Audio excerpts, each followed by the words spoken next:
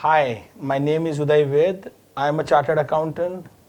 Uh, Today is February 1, 2017, and I'm going to talk to you on the budget proposals which were announced by our Finance Minister Arun Jaitley ji today.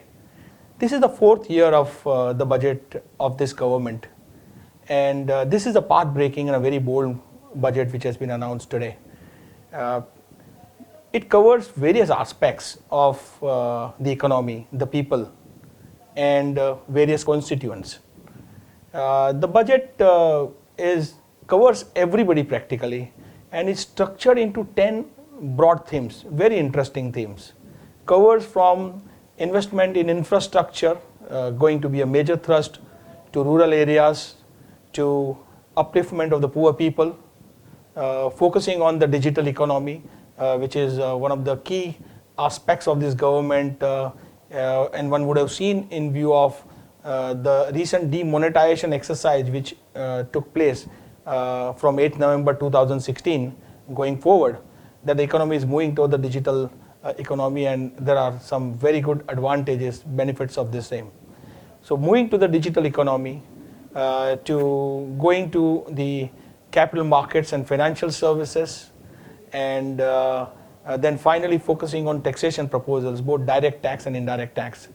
And of course, the two large initiatives which have been taken place in the last year, or rather in the current year, 2016-2017, the year which will end on March 31, 2017, are the GST reform, which will see a light of the day as it stands today on 1st July 2017, and the demonetization exercise.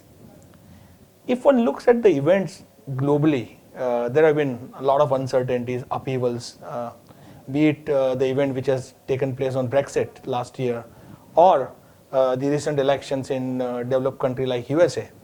And then in view of the global economy showing the slowdown, India is a bright spot, is a silver line.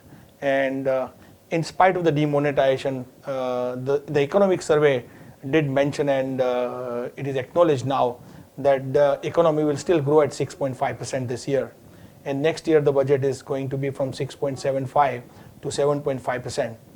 And possibly India would be one of the fastest economies, if not the fastest economy growing in the world next year. So good sign in spite of the global slowdown. So in that light, the budget assumes a lot of importance. As I said, practically a lot of investment proposed to be in infrastructure, be it in railways, or roads, or airports, or export-related infrastructure. Interestingly, after a gap of 92 years, for the first time, both the railway budget and the union budget has been merged this year. It's a very, very, very bold move taken by the government, and one sees that there is going to be a combined effect and not the two large bodies running parallelly. So there is going to be a good integration of the same, and a lot of money has been kept towards the upliftment of the infrastructure in the form of, as I said, the railways, the airport, railway and the roads, and so on and so forth. On the taxation front, people had a lot of expectations that there will be reduction in the taxes.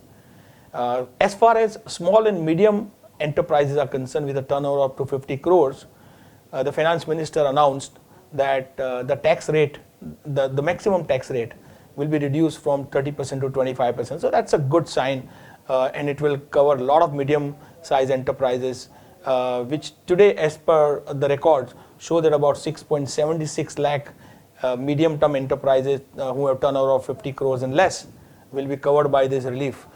So essentially, the finance minister in 2015 budget had given a path to reduce the tax rate from 30 to 25% over a 4-year period, which was to end on March 31, 2019. As far as the medium enterprises are concerned below 50 crores, that has been preponed by 2 years. So that's a great relief being given to the small and medium term enterprises. There was equally an expectation that the corporate tax rate will be reduced, as finance minister had promised at that time, not in the first year but over the next 3 years.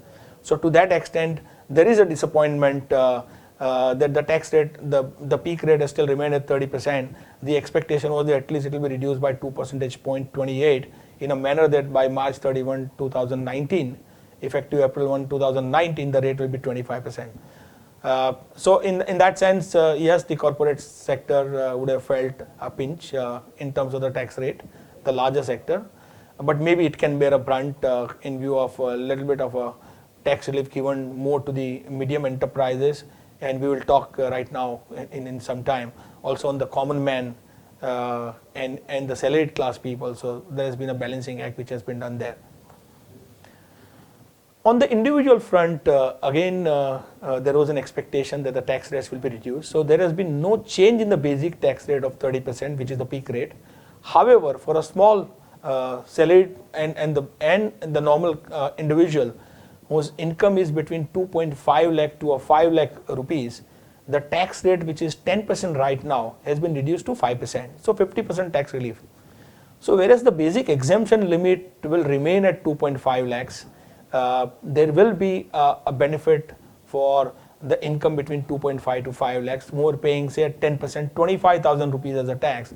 They will now pay 50% of that, which is 12,500. And maybe at that level, that relief will be significant. So on a 5 lakh rupee income, the tax which was 25% effectively, a 5% tax in effect, is now going to become 2.5%. Now this relief of 12,500 of course will be passed on to everyone, even at the highest level.